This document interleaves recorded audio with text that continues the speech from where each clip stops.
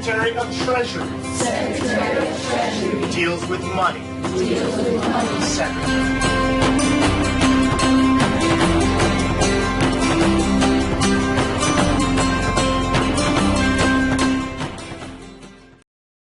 Hi, and welcome back to Mr. Raymond's Civics EOC Academy, where today is part 3 of our big review for that very tough Civics EOC state exam. But we're going to cover what you need to know and what the answers are most likely to be, so you're going to ace that exam. Today we're going to cover government policies and politics. But before we do, just a reminder, teachers at this PowerPoint and practice test and a study guide and activities are available at Teachers Pay Teachers. Just search for Mr. Raymond's Civics EOC Academy. So let's get right into politics with what you need to know about the political parties. America has what is known as a two-party system, which means two parties have dominated elections for most of U.S. history. Today, those parties are the Democrats and the Republicans. You have to have a general idea of what sets these parties apart. The Democrats are like the Federalists, who believe in an active central or national government. The Democrats believe that it's the federal government that should provide programs and services like food stamps for the poor, or Democratic President Obama's plan for healthcare to make sure everyone has health insurance. The Republicans believe in a smaller federal government, and that if anyone is going to provide programs like this, it should be the state governments. For them, smaller government means less taxes, and if the people spend less on taxes, the people will be able to afford these programs themselves. Republicans also feel that the government should not regulate business, and so the Democrats are known for more corporate regulations. For your state exam, think Republicans small government and Democrats programs and larger government, even though in reality both parties are much more similar than they are different. Now, just because America is a two-party system, that doesn't mean that there aren't other parties, and these other parties are known as third parties. One of those parties you need to know is the Libertarians, who think that the Republicans don't want to shrink the federal government enough. They think the government should stay out of people's lives except for offering just basic services like the police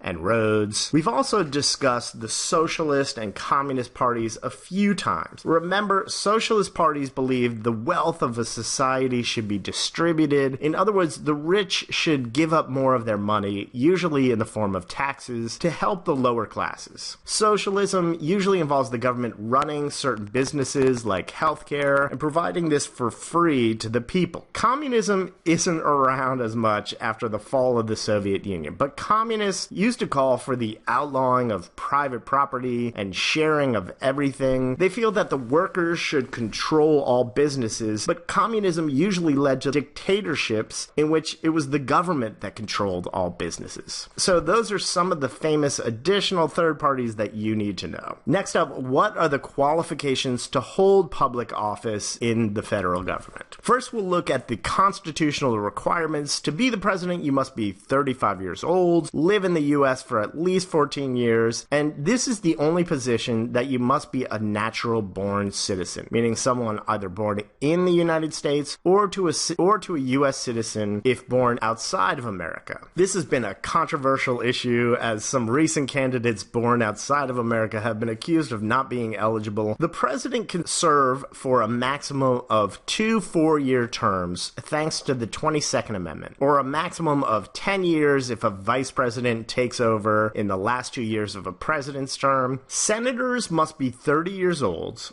a U.S. resident for at least 9 years, and a resident of the state that they represent. Requirements to serve in the House of Reps are that they must be at least 25 years old, a citizen for 7 years, and a resident of the state that their district is in. They don't actually have to live in the district they represent.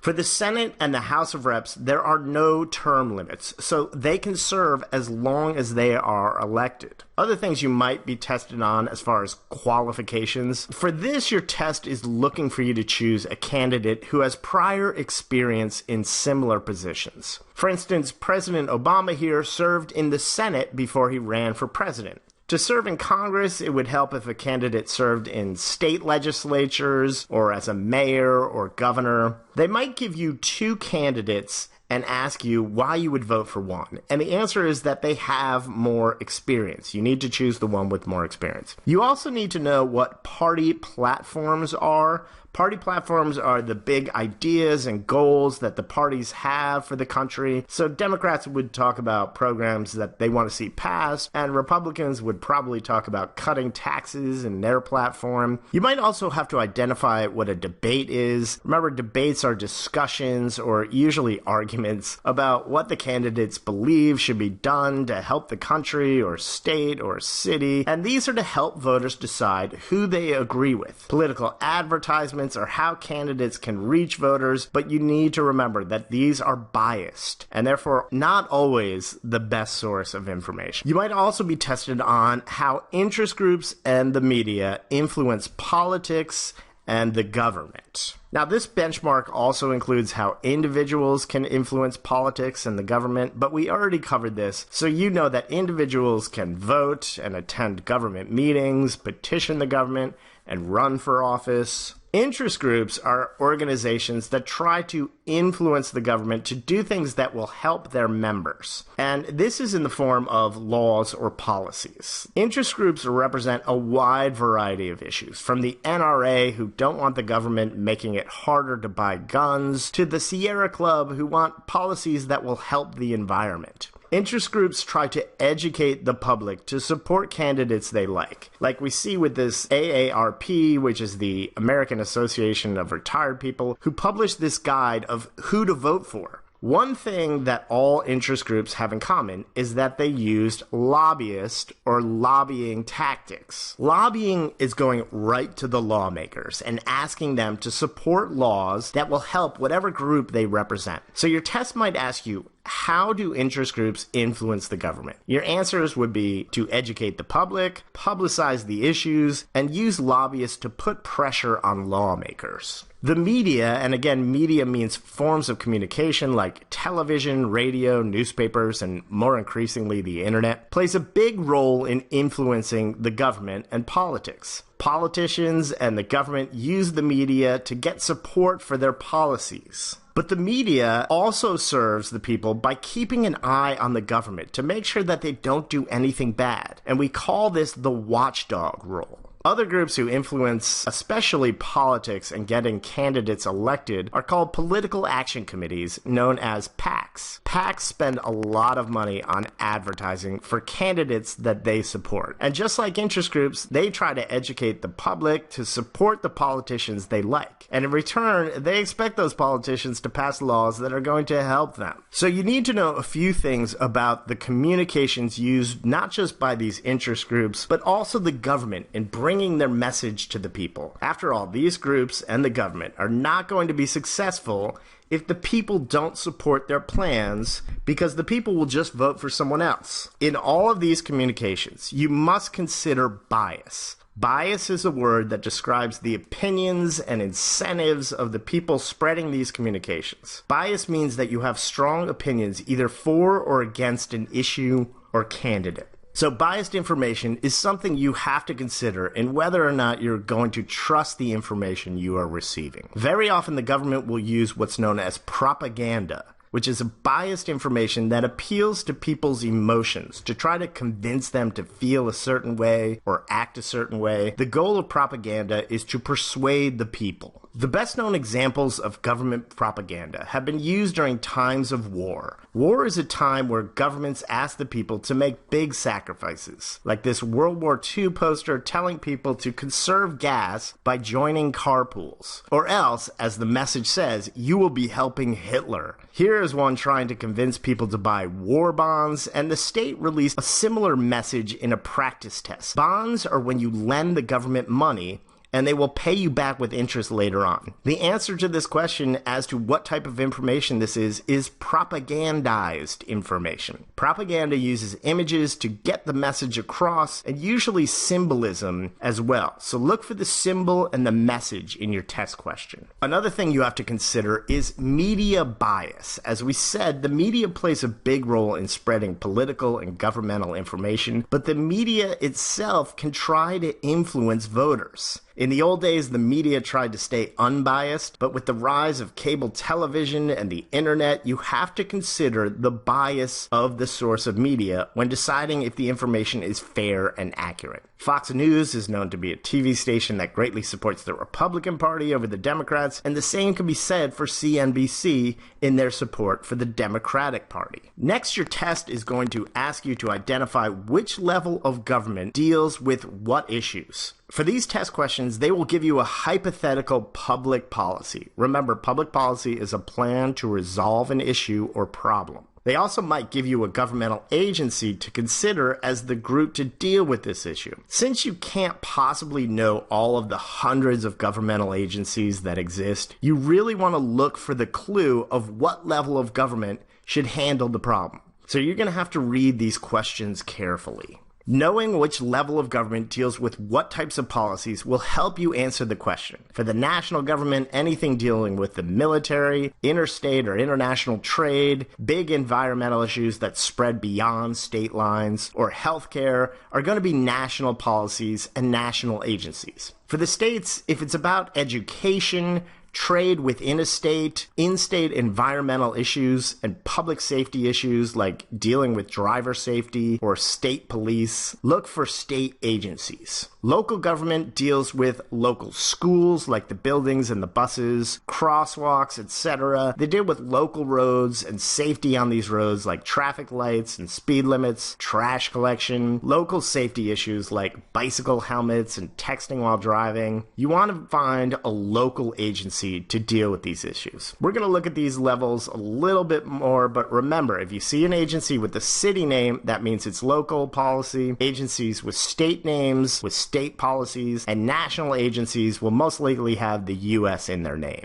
Okay, what's the difference between foreign and domestic policy? Remember, the word domestic means home, so these are policies to deal with issues that happen inside of America. Dealing with education, welfare benefits to help the people, healthcare, and public safety are all examples of domestic policies. Foreign is how the government deals with other countries. Diplomacy or building relations and treaties with other countries is an example of foreign policy, as is international trade and the U.S. military. What part of the government deals with foreign policy? Well, you remember the president and Congress are in charge of setting foreign policy. The president signs treaties, appoints ambassadors who are representatives to other countries, appoints the Secretary of State, who is the president's chief advisor on international events. The president serves as the commander-in-chief of the military and the chief diplomat to meet with foreign leaders. The president must work with Congress for these policies. The Senate confirms treaties or agreements with other countries and confirms ambassadors and the Secretary of State. That's a big test question. Congress also has the power to declare war,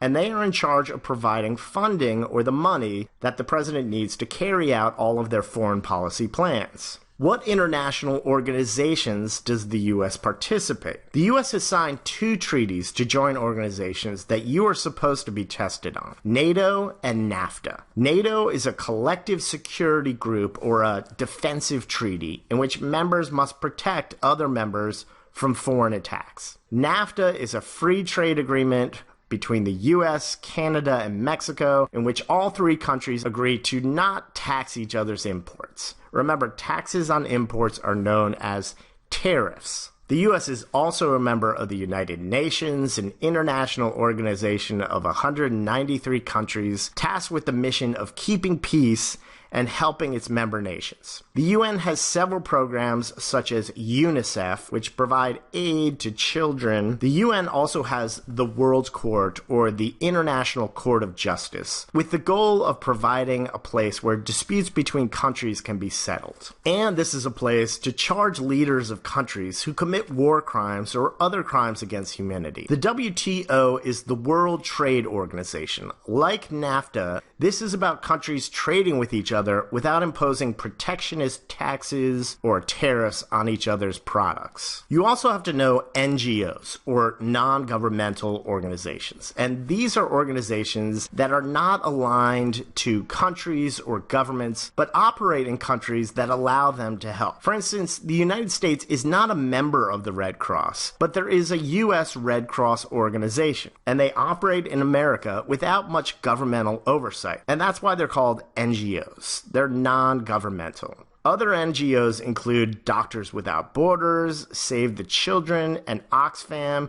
and all of these operate around the world independent of countries or governments. How has the U.S. government reacted to international conflicts? The number one way for the U.S. government to deal with conflicts is through diplomacy, which means building relationships with other countries. If your test asks you what is the first step in dealing with a country that is doing bad things, you want to look for a peaceful solution, in other words, diplomacy. The government also wants to develop alliances or friendships with other countries, as they have with NATO. Of course, the most extreme way to deal with international conflicts is through war. We spoke in our previous lesson on how the U.S. government has been fighting wars recently without actually declaring war. The last big wars in which Congress declared war were World War I and II, two massive wars between European countries as well as Asian countries like Japan and China. But since then, presidents have used military force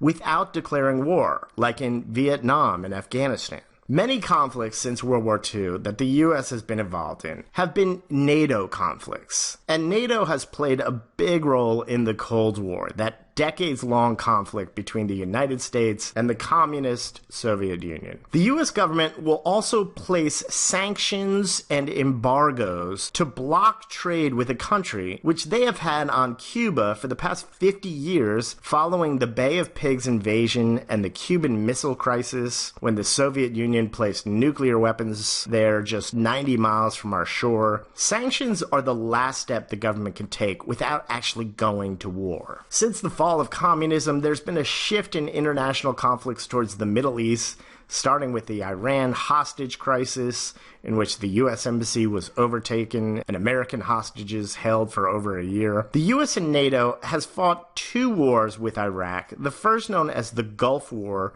or Operation Desert Storm. Since 9/11, America has fought a war on terror, and this has led to two wars in the Middle East. The second with Iraq, which took out their leader Saddam Hussein, and the other is the war in Afghanistan, where the terrorists of 9/11 trained, including Osama bin Laden. The war on terror continues to be an issue with the attacks in Paris. And that is the end of Part 3, Government Politics and Political Policies. Part 4 is much quicker, so you are almost fully ready to ace that state exam. Just a reminder, teachers, that this PowerPoint with practice tests, a study guide, and other activities are available at Teachers Pay Teachers. Just search for Mr. Raymond's Civics EOC Academy. Up next, we're going to look at the organization and function of government, so be sure to subscribe. And again, thanks for watching.